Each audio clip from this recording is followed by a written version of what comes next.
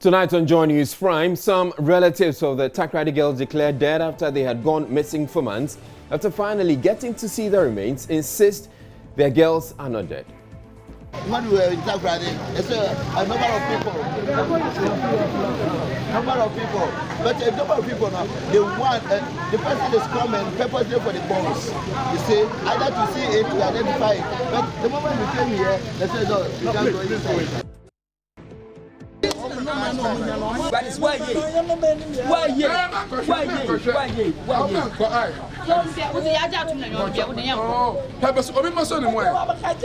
The police meanwhile say they are prepared to accede to the demands of the families for the remains if they follow due process. GP said yes, they are always at liberty to have a second test done. They should only follow the law, and that at the time of taking the sample, a police officer will be there for them to take the sample because the remains are in the custody of the police now. 3 sanitation offenders sent to court by the Joy Clean Ghana campaign task force and fined for not having toilets in their homes urge others not to repeat their sins. Asema meka cho bia nse senia aye no bia nsi toilet woni fie amanu so am be face problem aye be face wa ha no bia nsi toilet woni fie. Arrest warrants were issued for 9 other offenders who failed to show up in court. Beware of your posture when indulging in your phones, tablets and other devices, as it could give you an emerging health complication called text neck. Keep doing this for a long time, as in, bending down and watching over your phone and doing stuff. Eventually, your spine, the natural curvatures of your spine will begin to diminish. You may develop a condition we call carpal tunnel, or sometimes what we call thoracic outlet syndrome. In business, President Akufo-Addo touts economic potential of Africa at the maiden edition of Russia-Africa Summit. According to the World Bank, 6 of the world's 10 fastest growing economies this year, including Ghana's, are in Africa. The continent is rich in natural resources and in possession of 30% of the Earth's remaining mineral resources. And in sports, former FA spokesperson Randy Abbey and 9 others elected onto Executive Council of New Look Ghana Football Association ahead of the presidential election on Friday. I'm Israel and Joy News Prime comes to you live from the Joy News studio at Kokomlimli here in Accra with digital address GA09925339. Stay tuned in.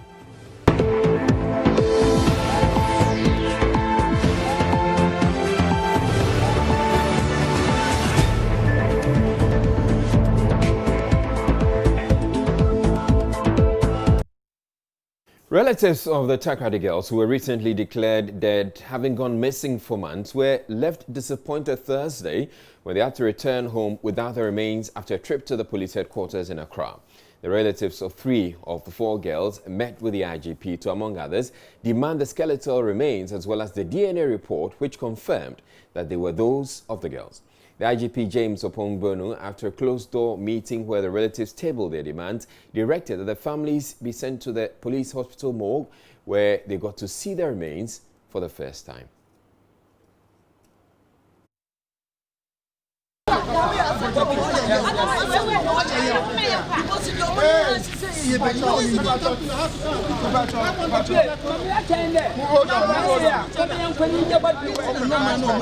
But it's why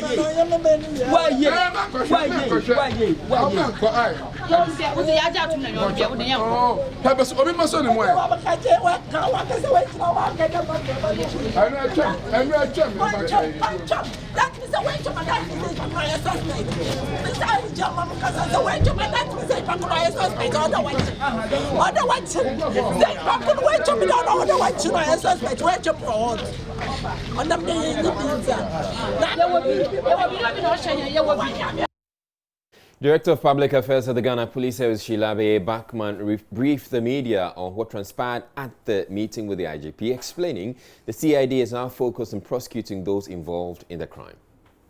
So their first point was about the skeletal remains, which they wanted to see. And they have been conducted round, they have been briefed. They asked all questions they wanted to ask. In fact, to the point that there are some non-biological items which some people identified as could belong to some of the victims. And then the bit about the reports. IGP said yes, they could get the reports, but it's a matter of procedure. So at the right time, per the right procedure, they will get the reports. And then the second thing, the third point about having a second opinion, IGP said yes, they are always at liberty to have a second test done. They should only follow the law, and that at the time of taking the sample, a police officer will be there for them to take the sample because the remains are in the custody of the police now, and that they can do that per the lawful procedure. The bit about the case involving allegation of police officers aiding the escape of suspects, IGP said that, yes, police discipline procedure takes some time. And so they, by all means, they are undergoing the procedure. I think it's at the trial stage.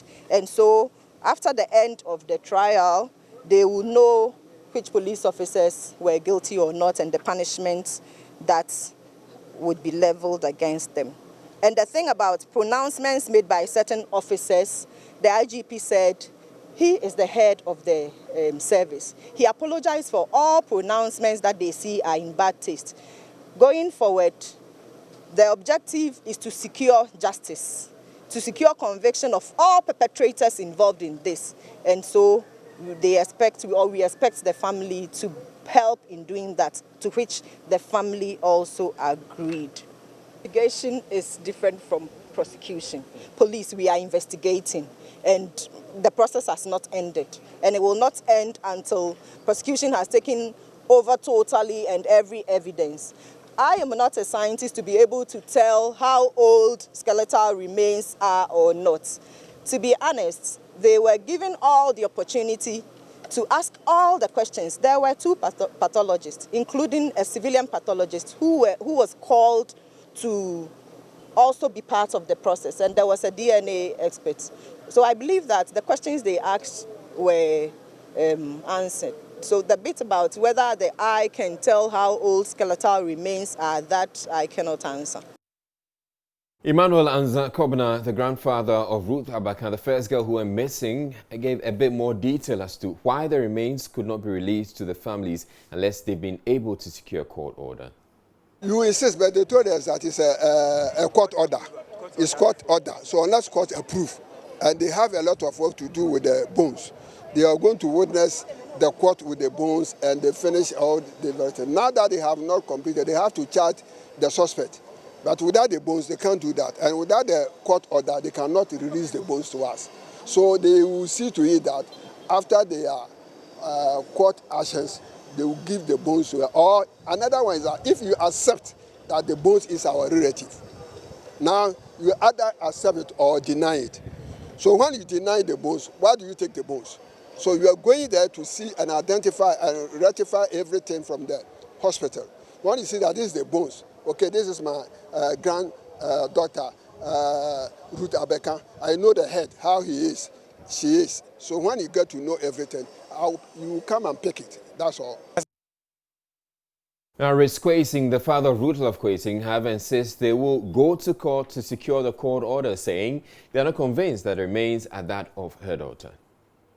I went to the commander office, and the commander says, yeah, I can collect the bones, but I can pay for my own. I said, okay, no problem for that. So they gave us a date that today, 24th, if we can come to the Accra to meet the IJP. Now, they brought us to Accra here. But unfortunately, they are telling us another story that unless we go to court to seek the court permission or court rule before we should be given the bonds. But that was not what they told us. It wasn't that this in the decision we made, you see. So we are very, very disappointed. I'll go to the court because I need the bonds. Because 100% I know that they are not their children, because they are forcing to close the docket or something like that. Because how comes that the Tiwa said, we have seen the children, we talked to them, everyone is okay, and they will come to the family very soon. And for a few months or less than 2 months, he said, you have seen the bones, and the bones are rotten, you can't even identify unless the forensic people. That means what they were saying is a lie. Yeah, that's what I know. So I know totally that they are trying to close the docket or something like that, because they have maybe it's two things. Either they have spent a lot or they are tired of the case. So from here, we are going to seek this application how to get to the court, because I will never leave it. All right, so there we have it. We have a case where the families have met the IGP and the police hierarchy, and they have been told what they have to do to secure the remains of the dead girls. Now, we're joined on the phone by Richmond, we're joined on Skype now by Richard Afuakwa. He's the head, he's with the Cape Coast University, and he's going to be explaining to us exactly what we're dealing with here now. Thank you very much for making time to speak with us. Now, we have heard what the families of the girls have had to say, and what the police also have had to say. It's an issue of, first of all, if you say that the girls, the remains that are not those of your relatives, then it makes it difficult for the police to release the bodies to you. So until you admit that these, or accept the DNA results, the police would also not be able to release the remains to you. How do you see all of this playing out? Yeah, thank you very much, Israel, and thank you for having me. I think some of us saw this coming, especially from the point where the family members kept insisting that the remains that have been located are not those of the girls. I remember I made this quite clear that it becomes difficult for the police to release these remains to you if you don't believe that these are the remains of the girls. So for police to go ahead and release the remains, it's the family, of course, they will have to accept first and foremost the results from the police. And that gives them, as I have said severally, it gives them the right to go for a second opinion. In fact, this second opinion thing we are talking about should at no point get missing in the action. Whenever the family members receive the mortal remains of that is the bones, they should seek a second opinion. I mean, that will make them relax with what has happened and come to terms with what has happened.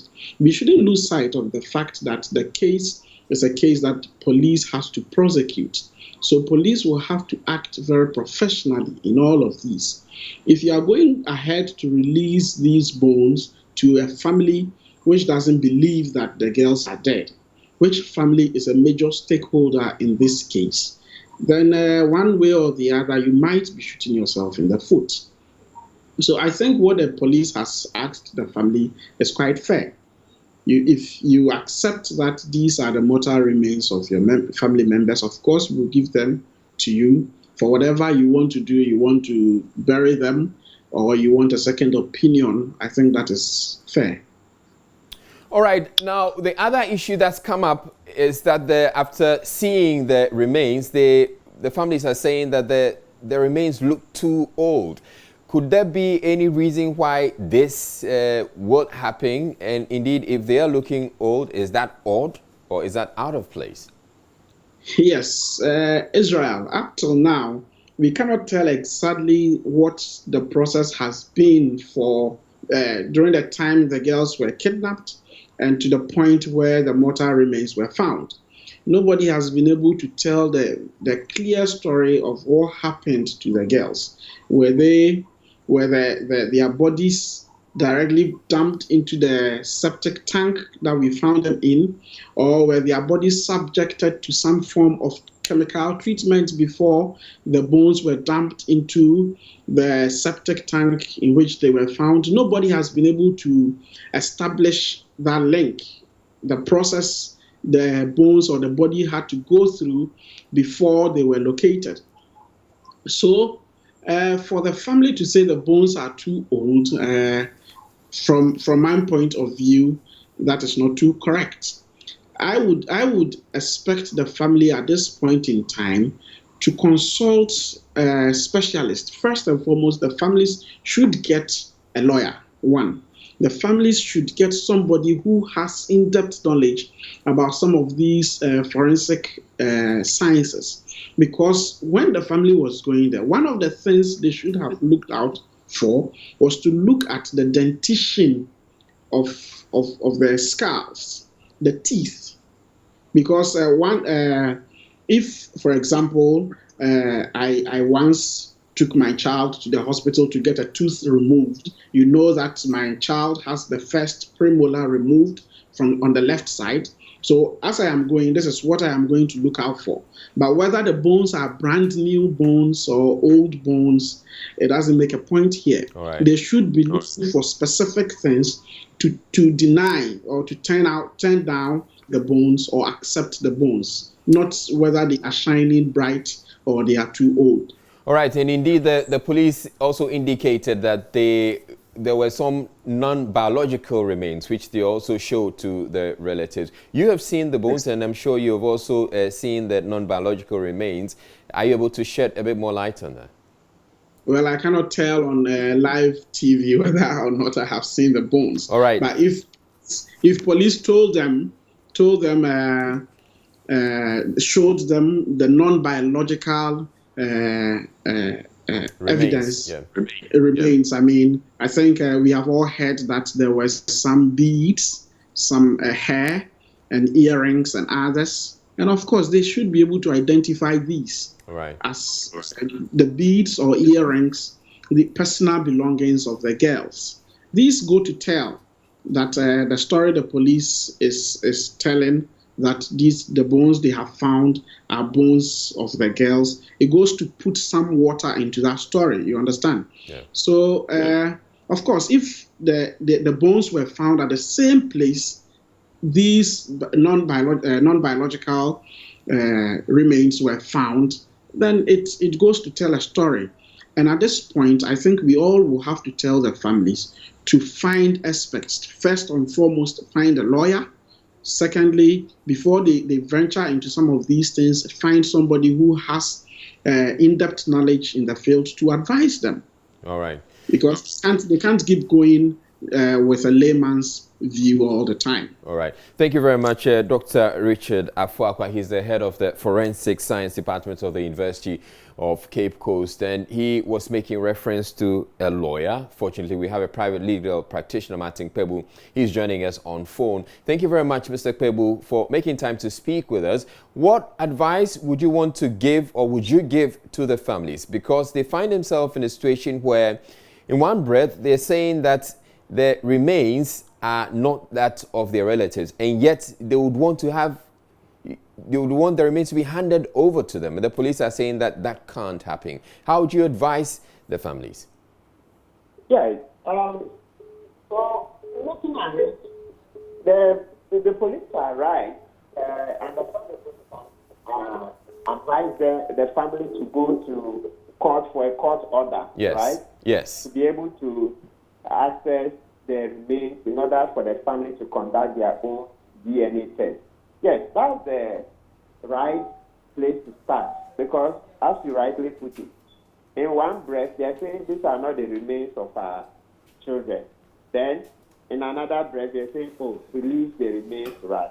It can be done. So it means that the family cross a certain threshold, which is that they have to be able to ascertain for themselves that indeed these are the remains children. Then they can apply for the remains to be released to them, also through the court. So what the police have stated is basically unassailable. That's the right way to go. How easy would it be for the families to have access to the remains, especially considering that the trial actually hasn't started? You know, but the accused persons are before the court on some other offenses, yes. Understand human trafficking and all that, right? Yes. Yes. So they will make application to the instant court dealing with the aspects of the case. Even if they didn't go to this particular court and they went to the human rights court, yes, they can be entertained, because they want to check. They will say that they have a fundamental right to be able to ascertain whether these bones are those of their children, so that they can get some sort of closure. The fact that right now they are not certain, that is to say, somehow keeping hope alive, they are hoping that these are not the remains of their children, and couple with the possibility that it could be, and thereby putting them in the limbo. When they use that, it would readily be granted that they should be allowed to also do their own testing. All right. Thank you very much, Mr. Martin Pebu. Martin Pebu is a private legal practitioner, and he joined us on phone to shed some light on the case of the families of the Takoradi girls who have now been declared dead. Moving on, a warrant has been issued for the immediate arrest of 9 sanitation offenders who failed to honor the court invitation. The 9 were among 15 persons who were supposed to appear before the magistrate court on Thursday. 3 others who made it to court were fined a total of 2,640 Ghana cedis for failing to construct toilets in their homes and giving a maximum of 3 months to put up one. Nancy Fajra has more on day 8 of the Joy Clean Ghana campaign task force, which was in court today to observe the prosecution of some sanitation offenders arrested in the last few weeks. The Joy Clean Ghana campaign team over the past 8 weeks has visited homes without toilets, and others where over 20 occupants share just one toilet. Since you shut toilet na e wo ho no toilet no kra ho space ni ma e swa kitua na mu ye nipa boye 20 something na wo si mu use toilet e kire se e bia mu ko toilet ni wo bathroom na mu chichirikiri to baby meboa eba esa. So why can't we live with cholera within the area? If you have toilet like this in the bathroom, and this is where the children eat, this is where you smoke fish. How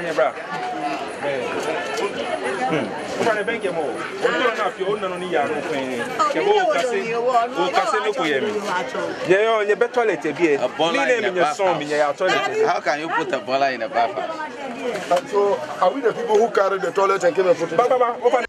The team also visited homes that had channeled their toilets into drains and left human excreta in the open. But you see this one? Yeah, I see. You are aware? I'm not the one who did it. Who did it? It's my brother. Raw excreta is being disposed, channeled through the house into the main drain, which is likely to lead to an outbreak of disease. There are also the millers who were blending food items in very unhygienic conditions, despite warnings from environmental health officers. Now, look at this. This is food house. You produce food here. Look at how you hang your clothes. Is it nice? Answer us. Is it good? No. Why is it not good? Why is it not good? Because of contamination, we've been telling you, don't be hanging clothes here. This is not your bedroom. Is this a bedroom? The markets were not left out, and food vendors were also not spared. They hoard some of this dirty, purified, very dirty, rotten fish under their table and turn around, use it to prepare soup for us again. Okay, so we're preparing her for court. Out of the 15 offenders supposed to appear in court today, Madam Rachel was first to receive her sentence. She owned a home that used a pan latrine and was fined 480 Ghana cedis, except she didn't have it. They said they are going to fine me for 480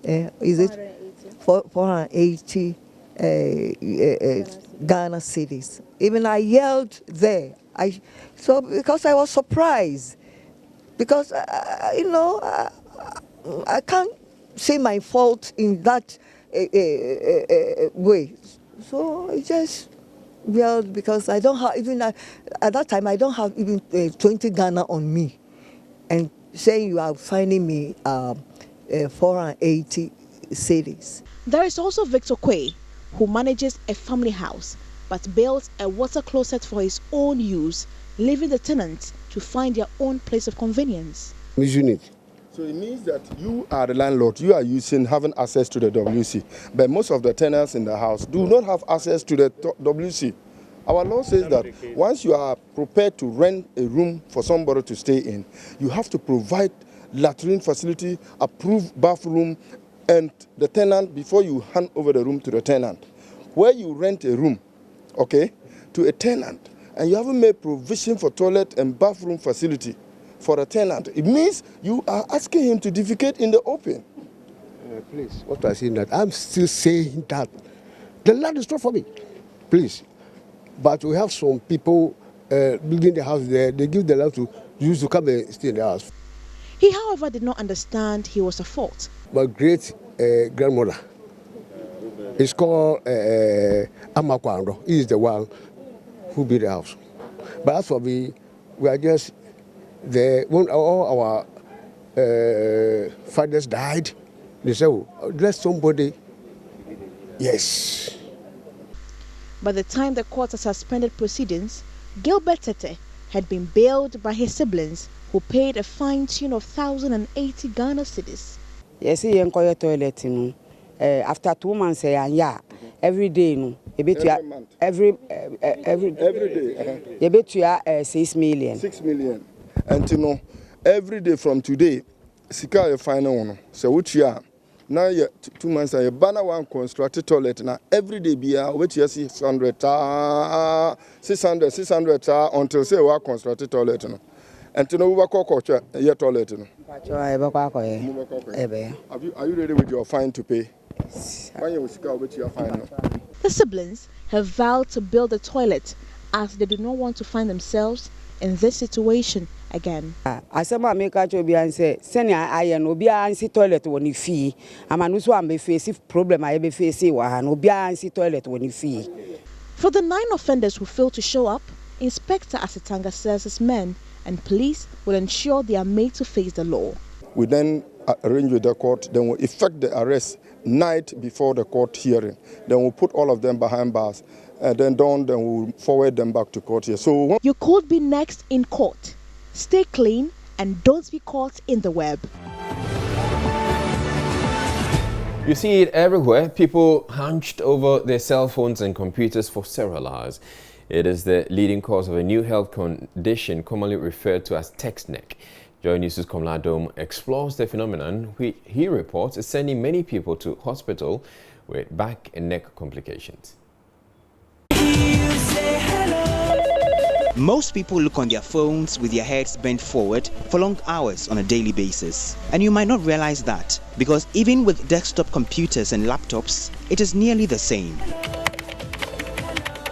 Fingers slap the keys on the keyboard while the eyes remain fixed on a screen below the natural eye level. Your head weighs as much as a 10-pound bowling ball, and in the position you find nearly everyone hold their head while using their phones, your head can feel like 40 pounds or more, putting tremendous pressure on your neck and lower back. Is it painful? The top is, yeah, so there's a lot of tension over there. Myoskeletal therapist at Best Hands Therapy Clinic, Kafui Badiga, says he's been seeing a lot of patients with unbearable neck and back problems. Enter into a car, go to the bank, the mall, and all that you see is that everybody is going in this particular direction.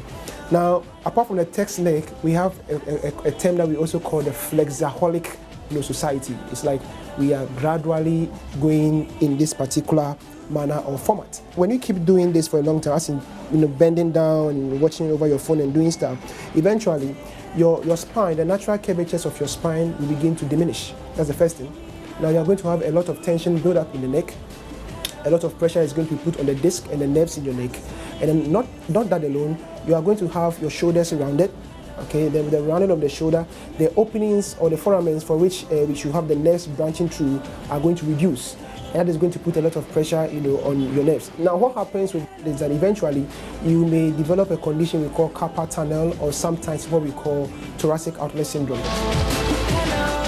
I have come to his clinic to find answers to several questions about the new malady that is causing many people to hunch. Like my colleagues at work, I spent several hours behind the computer. On the streets, in the car, at the office, everywhere. It's not a good habit, but because of interesting things that we used to do on our phones. That's why sometimes we'll be in this postcard. If I'm on maybe business or something on WhatsApp or Facebook. Emmanuel Fosu concedes it is a habit. Emmanuel feels the impact of a long bend forward.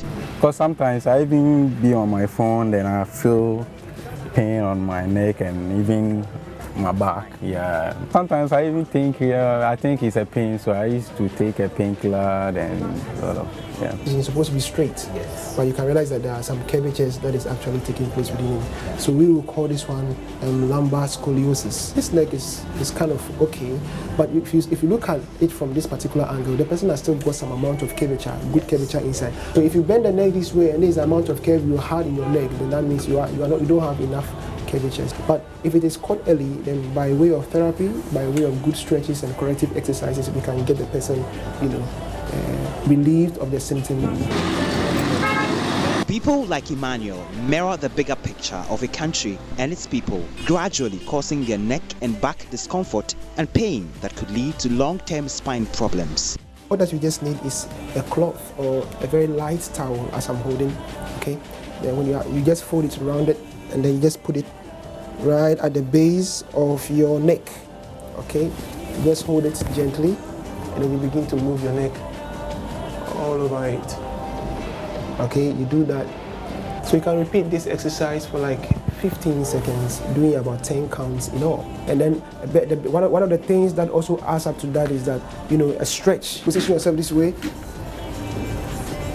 and then goes back. You hold this position for like 5 seconds. You breathe in deeply, and out. One more time, in, and out. That's all.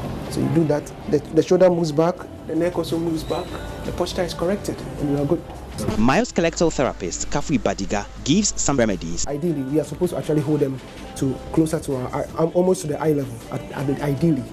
Okay? So ideally, when you hold them this way to work on them. So you don't end up, having your neck go all this way. Okay, so you want to make them up a bit. If this is your laptop or something, when you put it down, it must come up to the eye level, or you adjust your seat to come up a bit, then you can bring it to the eye level, then you can begin to use them. Or either you depress your seat so the computer is up and then you are below, so that you can watch the screen properly and use. Follow the advice of those who know.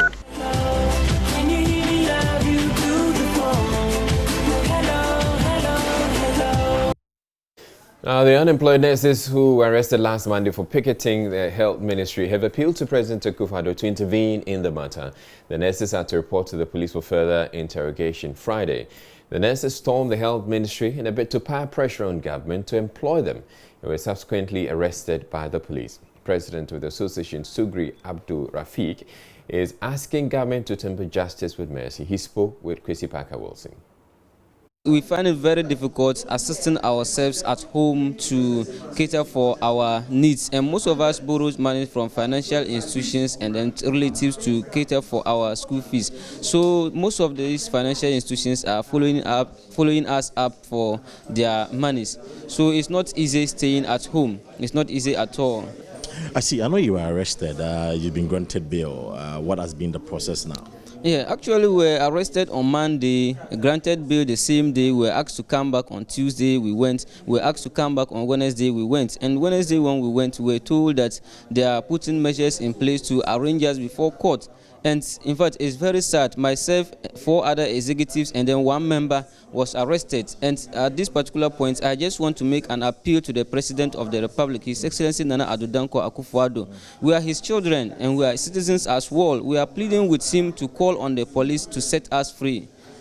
But I mean, this is the law. You breached the law. You have been arrested. Why are you calling the president to intervene? We believe that the president is a president for all, and he is a listening president. And even if we have offended the laws or anybody in any way, we think that he can still pardon us in his own and you want capacities. him to bend the rules for you? We actually want the president to listen to us. No, and you want him to bend the rules? We want him to listen to us and then to give us a pardon.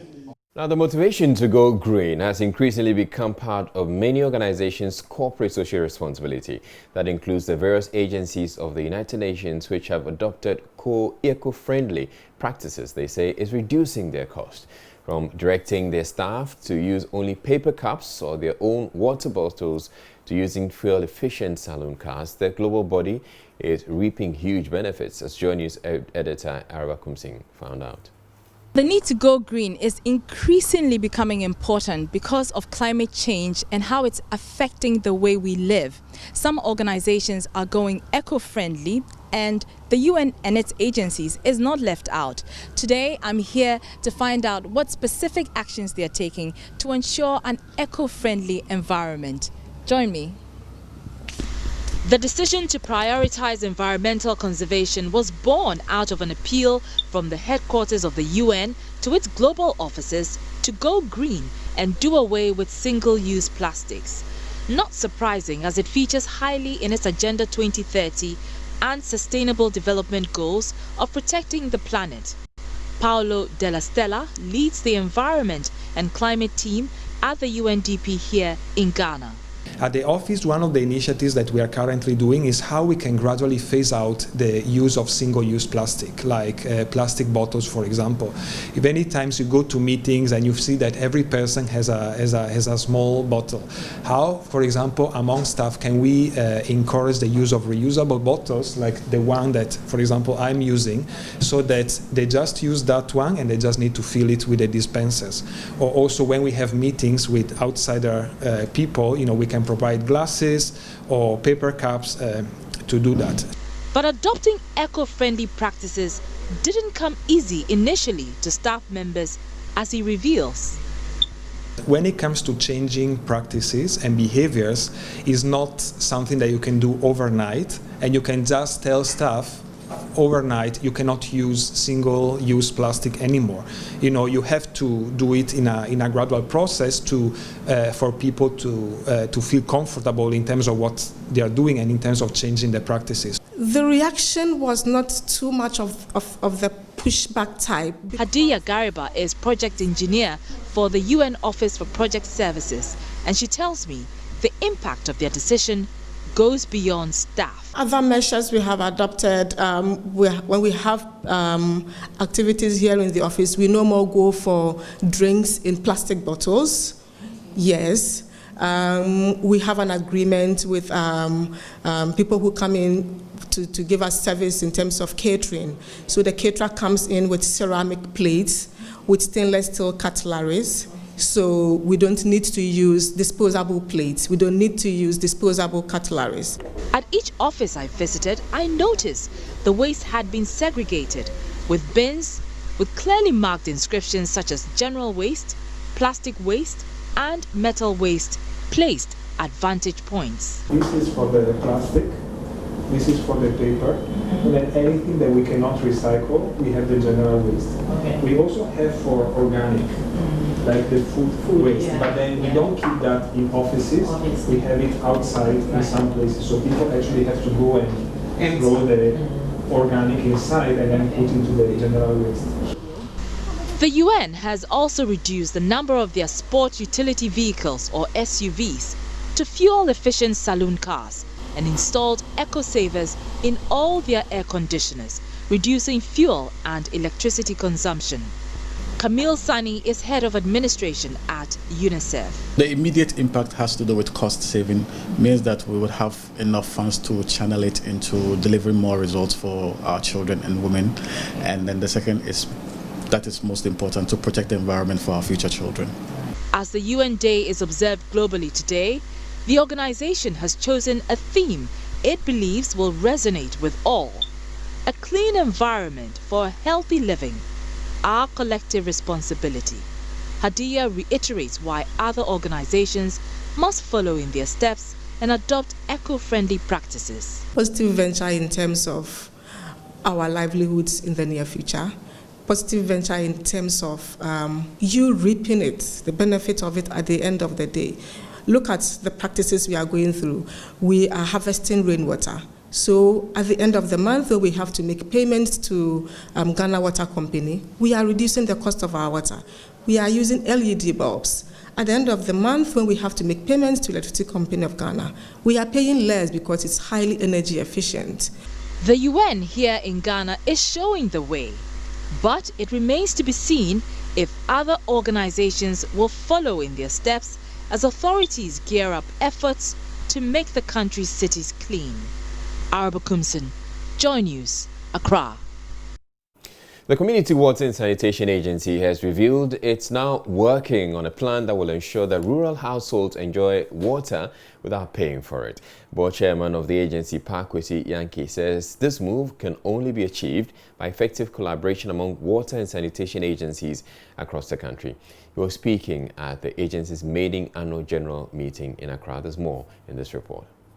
According to the board chairman of the Community Water and Sanitation Agency, Takoradi Yankee, Ghana in recent times has been grappling with the management and sustainability of water facilities, hence the need for all stakeholders to come together to enhance service delivery.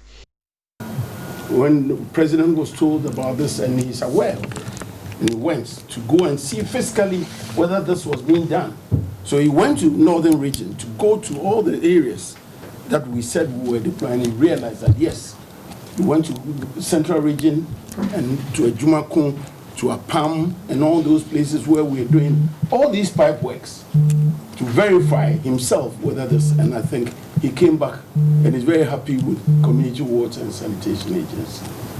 And I think very soon he will start going to make sure that we are finished, and he will start commissioning all these pipe works and all these works which we have. We will try and complete by the end of November. We also want to engage with water resources so that we keep improving on the water which we are giving to the rural folk. He also spoke about how some Chinese and Ghanaian nationals are undertaking aggressive sand-winning activities in the Volta Lake, very close to the intake point of water treatment plants. This, he says, has damaged the plants. Volta Lake is under siege. It's not only the other riverbeds in this country which are under siege. Volta Lake is under siege because they are winning sand upstream. It's affecting the water body. Volta Lake is under serious siege.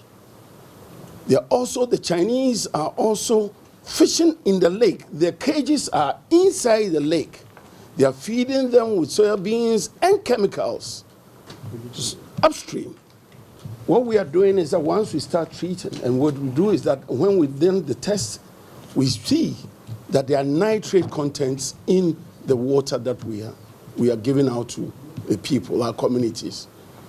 We have already written to the ministry, to the fisheries ministry and all that. The Community Water and Sanitation Agency also underlined projects they are undertaking to support what government is already doing. A4 Evans Chinris report for Joy News. Right, that's it. I am Israelite. Thank you very much for watching. You have a good night.